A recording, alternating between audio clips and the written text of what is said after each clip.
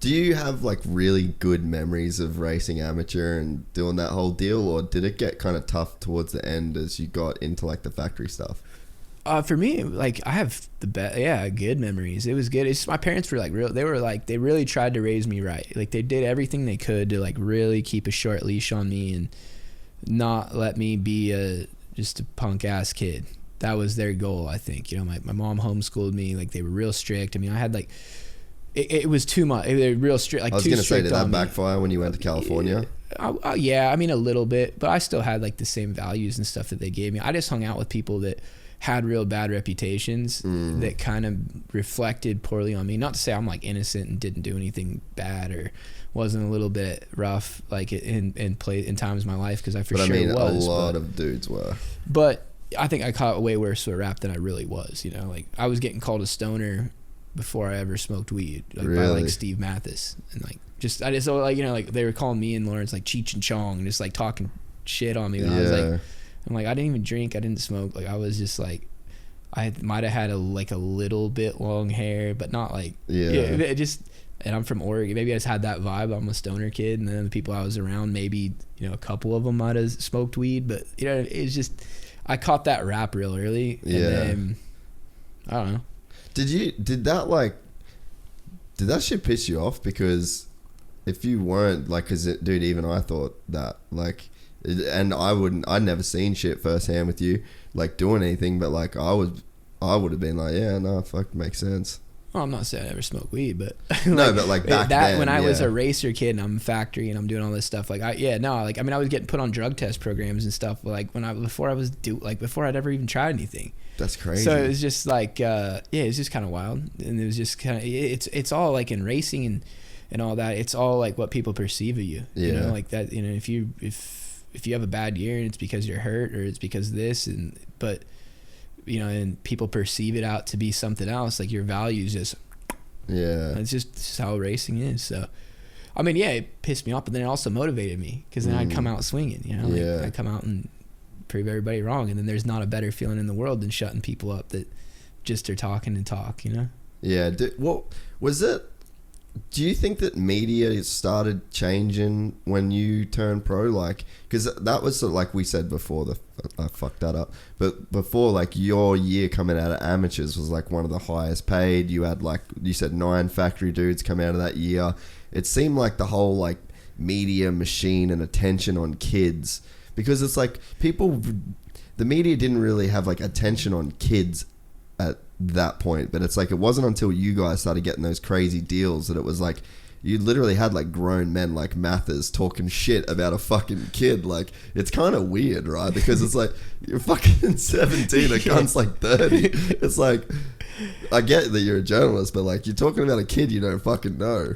Well, and it was money. It was just the beginning of like, you know, the beginning of the internet, you know, like there was message boards, and then there was like MySpace, Vital and shit, and then like, but then you had like a guy like me, like I wasn't gonna go and say nothing on MySpace, or I'm not gonna do, but somebody else might like post a picture that makes you look bad, and then I'm new to the internet, I don't even know it's out there, you know, and then somebody else might see it, or like message boards, like somebody could just, you know, go off and saying that you're doing something, you got no voice to defend yourself. It's not like now where you got Instagram, Twitter, all this stuff, you can just like address something like, hey, look, here are the facts, like I'm not really doing this. Like, you just had these people just making allegations about you, and then they had a free platform to do it, where back in the day, like there'd have to be like an editor of a magazine, they'd be like, you know what, we're not going to go for the jugular on this dude, or maybe they would. Like, who knows? Like, I mean, I'm sure there's people that got wrongly accused of stuff in print too, but like I'm just saying, I think you kind of had like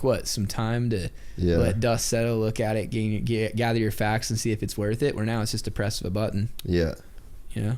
And the crazy thing too, like with for Mathers, like he's the only dude that's sort of tried to play the heel as like a reporter in motocross. Like, he seems like he's the only dude that's willing to like go after guys, and like Brotocross did it, but it was like funny, it was satire, but like Steve's literally built a career on like kind of being that dude that will like challenge riders and like call dudes out, and it's like it's fucking effective. Like, he's a big journalist now, but it's like, I don't know that I'd want to play that game, you know, because that's a brand, like that's his brand. No, I mean, dude, you can't hate on the guy. Like, he took it way works. further than I've ever thought that, like, you know, but I didn't, he's got an audience, and they're real loyal, and they're people just starving for motocross information, and that's probably the best place they're going to get it. And I mean, most of the time he's super insightful. Like, you know, he has, like, you know, he you know, if you want to find out, you know, maybe just get a sliver of something that's going on. If you listen to a Mathis thing, like, you know, you kind of will get some. You'll get some dust of what's really happening. Yeah. And that's what people are going for it. And I mean, I just think maybe we got it. Like, as riders, like, why is there no moto journalists right now just taking advantage of this? Like, I swear when I'm done, like, I'm going to go just full, like, Stephen A. Smith and just, like, get a buddy in the room and just yell and just, like, argue, like, not even care, like, what the outcome of the argument is, but just, like, okay, you take this point, I take that point, let's just yell at each other and talk about this. Like, that's all they do on sports TV. I was going to say, that's straight Sports Center, like, bro. No! I'm telling you, rocks. You know, you just, like, you gotta just, like, just for no reason, just yell, just get everybody fired up, drop some information, call it a day. And then, like where I think, like, maybe people try to take, like, what, like, Mathis kind of, like, codes everything, so then you can kind of look into it. Which, hey, he's doing a great job he's doing an awesome job for him. And, like, literally, I probably would like the guy if he didn't, like, bash me when I was a kid, like, call me a stoner before I was a stoner, or before I ever, like, you know. Wait, did you ever have that guilt? Because I think of this with chicks sometimes, like. You get, like, that one chick that you'll be with her, and then she'll be, like, giving you so much heat, like, you're banging all these bitches, and you're like, I'm getting all this heat, like, I'm banging all these bitches, and I ain't banging any of these bitches, so I'm gonna go bang some bitches.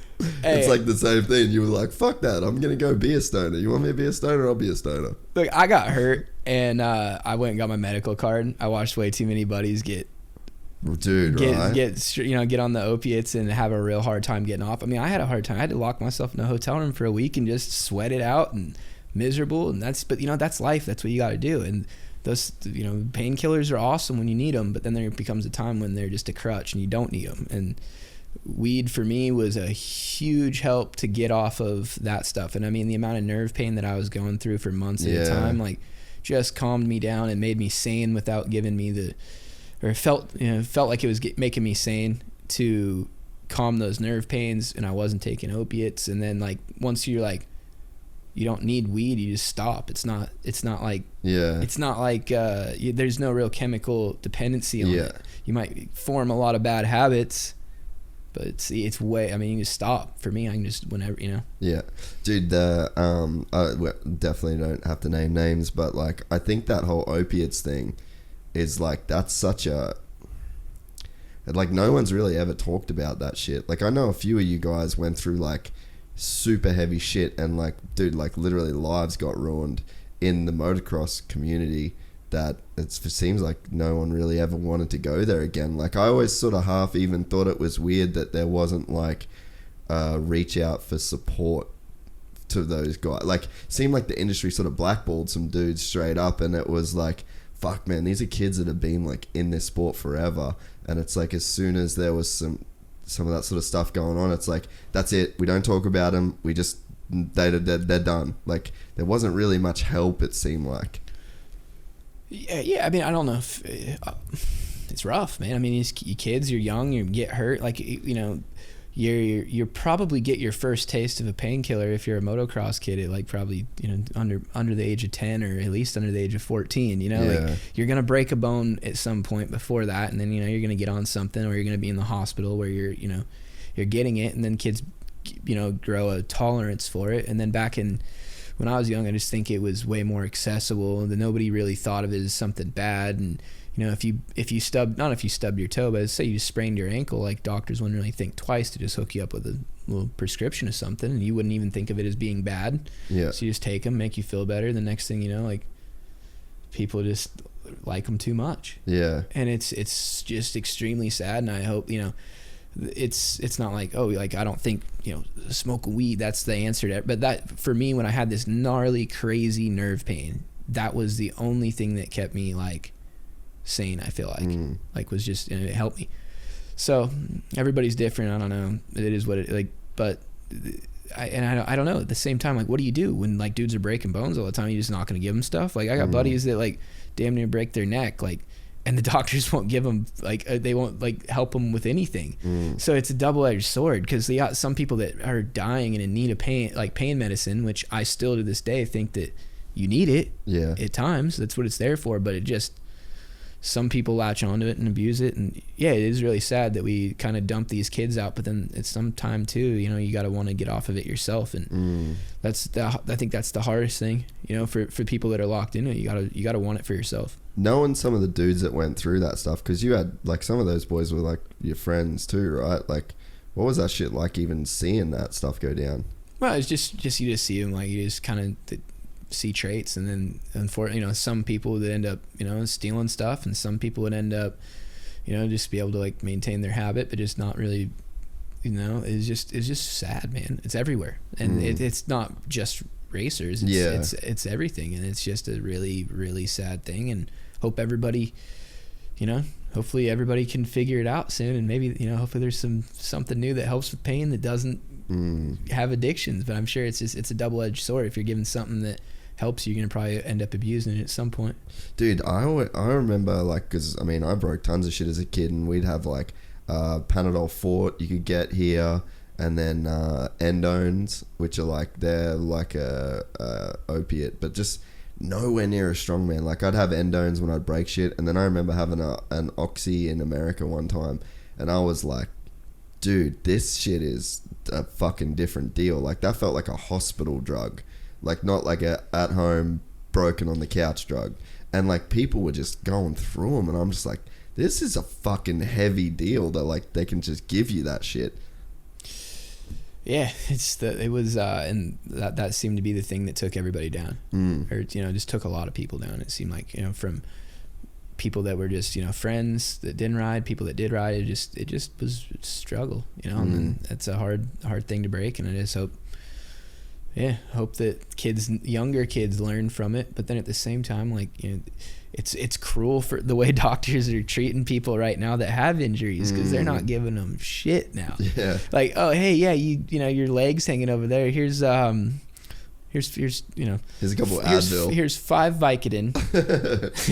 Come back, if somebody could just I compound fractured my wrist, and they gave me a 3-day supply of and then you have to come back, and I'm you realize I know this deal. I know yeah, I've been here before. I've been here before, and I know I'm really gonna be hurting in 3 days. I'm not taking these to abuse these. I'm taking these because my hands was over here and sticking out of the skin. Come on, bro. Come on, but it's. I don't have a migraine or glaucoma. I don't know the perfect solution. I guess I guess it's good that they do that, and you have to monitor and make it a real pain in the ass to get relief. But then what do you do? It's rough. I don't want to keep talking about it. I hate going down this road. Everybody's it's probably affected a lot of people in different ways, and I got no answer. I just hope everybody feels better. Yeah. With the that season that you were leading the championship, what was it? I remember watching that season. I was like, I would fucking love to know exactly how this motherfucker feels going through this right now, because you were it was the top, and then it felt like you were at the bottom and everyone wrote you off, and then it's you had this insane season, and then to the female, what a fucking ride that season must have been. It was, especially the people you were beating, dude. Just the whole thing was up and down. I signed with Factory Yamaha. My second race, I almost won a moto. I got second, and then so everything's good. He's gonna be good. Then I went 250 West Coast. I got third behind Villapoto won. Lawrence got second. I got third my rookie year, and I got a bunch of thirds. I almost won the East-West shootout, but I got a hole in my. I tried to stuff Dungy, and his foot peg put a hole in my cases. So I DNF, but and then I was kind of getting shitted on for getting third in the championship as a rookie. I was well, I thought I did okay, and I know I wasn't on it. My bike, Yamaha didn't have a 250F program at that point, and at Factory Yamaha, and my bike was. I love the guys at Yamaha, but my bike was terrible. It was the slowest bike, and then outdoors, I think it blew up 8 or 9 motos. And Wow, dude. I'm telling you, it was just like, insane. I mean, like one time I got a good start at Redbud and it went like left, right, left, and this big step down the hill, and I made it to that step down and my bike locked up on the face. And I don't know how I saved it, but I did. It was just like that scenario over and over again. So then Stewart gets hurt. Langston's gonna win the championship, or he's like trailing Andrew Short or something. And I just happen to be in Texas. My bike blows up again, and I'm out at Matt Bichelia's house when he's a little kid. I'm staying with his parents, and my bike blows up, and I'm like, screw this. I hate I'm just so mad. I go to the bike shop and I go buy a Yamaha 450, like just straight up cash. I just go in that day, just buy. I'm like, I'm riding. Like, I love riding. I'm not just gonna sit around. And then I go to the practice track, and I'm just practicing on this now. And I go and I'm running like the same times as like GL and those guys. I'm gonna go, hey, you guys should let me ride a 450.